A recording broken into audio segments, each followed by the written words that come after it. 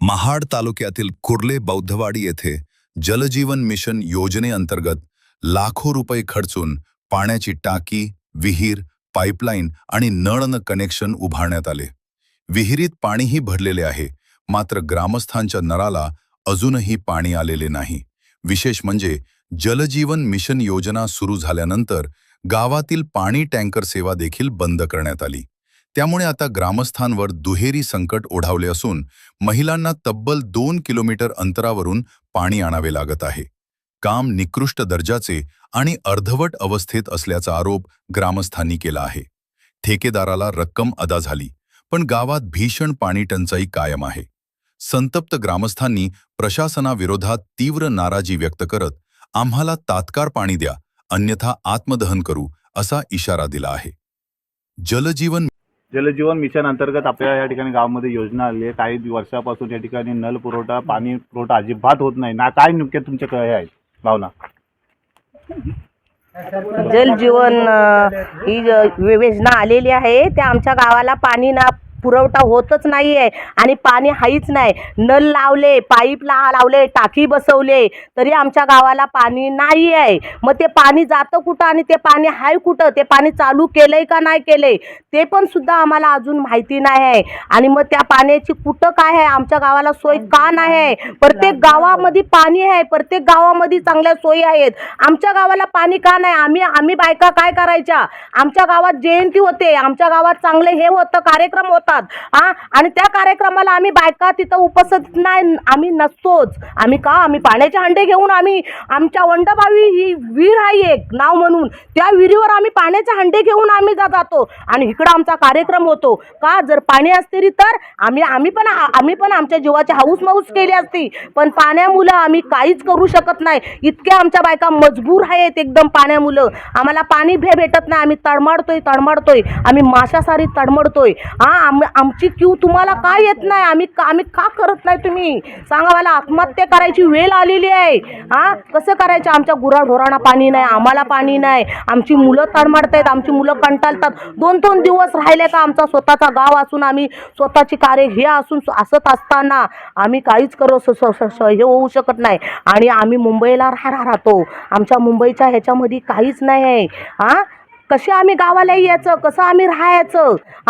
काहीच त्याचा काही उपयोग नाही आहे। मेन म्हणायला गेलं तर आम्ही कसं काय करायचं सांगा मला। आमची मुंबईची माणसं विचारतात, गावाला जाऊन मजा करतो, तुम्ही मजा करत असाल, आम्ही मजा कुठं करतो? आमच्या वंडबावीवर 2-2 अंडे घेऊन मजा कुठे करतो आम्ही? लोक बोलतात आंबे फणस खातात, काही नाही, आंबे फणस नाही खात, एक आंबा सुद्धा खायला भेटत नाही। आंबे फणस आहेत आमच्या गावाला, पण आम्हाला खायला नाही भेटत का? तर आम्ही जातो वंडबावीवर पाण्याला, आम्ही एक नंबर लावून तिने भरला का मी भरलं का ती कांड्यान काढून आम्ही पाणी भरतो आणि ते पाणी भरून आम्ही आमच्या मुलाबाळांना पाजतो। आम्हाला काही सोयी नाही आहे, आम्हाला पाणीच नाही आहे, आम्ही काय करणार?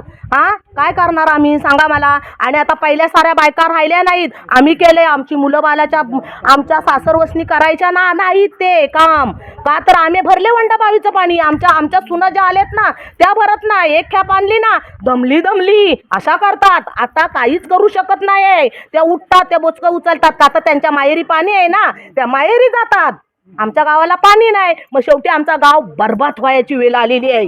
या पाण्यामुळं गाव या ठेकेदाराने आम्हाला फसवलेली आहे।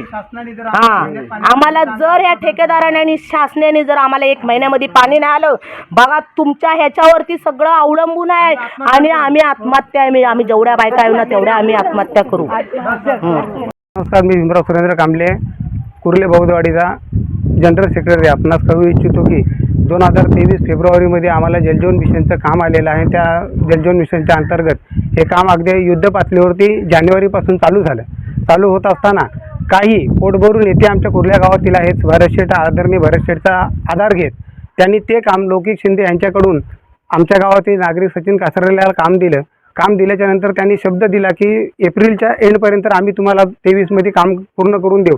2026 आले, जून महिन्याला अद्याप कामाकडे लक्ष दिले नाही। विहिरीचं काम अर्धवट आहे, टाकीचं काम अर्धवट आहे, पाईपलाईन वरच्यावर ठोकलेली आहे।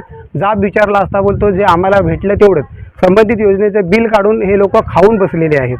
आणि परिणामी आता आम्हाला एवढा पाण्याचा संघर्ष करावा लागतो. महापुरुषांची जयंती सालावादप्रमाणे आमच्या कुर्ले बौद्धवाडीमध्ये दरवर्षीप्रमाणे आम्ही आयोजित करतो. लाखोंच्या हजारोंच्या संख्येनं लोक येत असतात, परंतु पाण्यामुळं काही लोक ते टाळतात. आणि आता आलेले लोक जे आहेत ते दिवसाला 600 रुपये, ज्याच्याकडे आर्थिक सुबत्ता आहे तो 600 रुपयाची गाडी घेतो. ज्याच्याकडं पैसेच नाहीत तो बिचारा, जे 80 वर्षाचे आमच्याकडे म्हातारे आहेत, ते डोक्यावरती हांडे घेऊन 2 किलोमीटरवरती पाण्याला जातात. 2 किलोमीटरवरती पाण्याला गेल्याच्या नंतर देखील पोहरा विहिरीत टाकला तर तो पोहरा वाहण्यासाठी 10 मिनिटं लागतात. आणि येत असताना पूर्ण लोकांची एवढी अवस्था झालेली आहे. शासनाकडे आम्ही दरवर्षीप्रमाणे टंचाईग्रस्त म्हणून टँकर असायचा. जलजीवन मिशन शासनाच्या नियमाप्रमाणे ज्या गावामध्ये जलजीवन मिशन आहे तो टँकर रद्द झालेला आहे. आणि म्हणून परिणामी पाण्याचे एवढे हाल झालेले आहेत की असं काही आत्मदहन करण्याचा, आत्महत्या करण्याचा विचार काही क्षणाला आमच्या महिलांमध्ये येतो. मी ह्या बाईटद्वारे मी कळवू इच्छितो की येत्या 15 दिवसाच्या आतमध्ये ठेकेदार आणि संबंधित जे अधिकारी आहेत त्यांनी लक्ष टाकून ठेकेदार, सब ठेकेदार आणि संबंधित अधिकारी यांच्यावर योग्य ती कारवाई करून आणि जे त्यांना पाठीशी घालतात त्यांच्यावर देखील केवळ दलित वस्ती बौद्धवाडी असल्या कारणाने त्याला पाण्याचे 7 वाडीमध्ये 6 वाड्यांना पाणी आहे, बौद्धवाडीला केवळ पाणी नाही. आणि म्हणून परिणामी जे 7 वाडीचे काही कार्यकर्ते आहेत ते पोटभरू कार्यकर्ते ह्या शब्दामध्ये मी त्यांना म्हणतो की ते आदरणीय शेठचा आधार घेत ह्या ठेकेदारावरती दबाव टाकण्याचा प्रयत्न करत आहेत. अतिशय उत्कृष्ट असा आदरणीय मंत्री महोदयांचं काम आहे, परंतु त्यांचे कार्यकर्ते त्यांच्या कामाला कुठेतरी गाळबोट लावताना दिसत आहेत. ह्याची काळजी, ह्याचं लक्ष मंत्री महोदयाने पण ह्याच्याकडे टाकावं.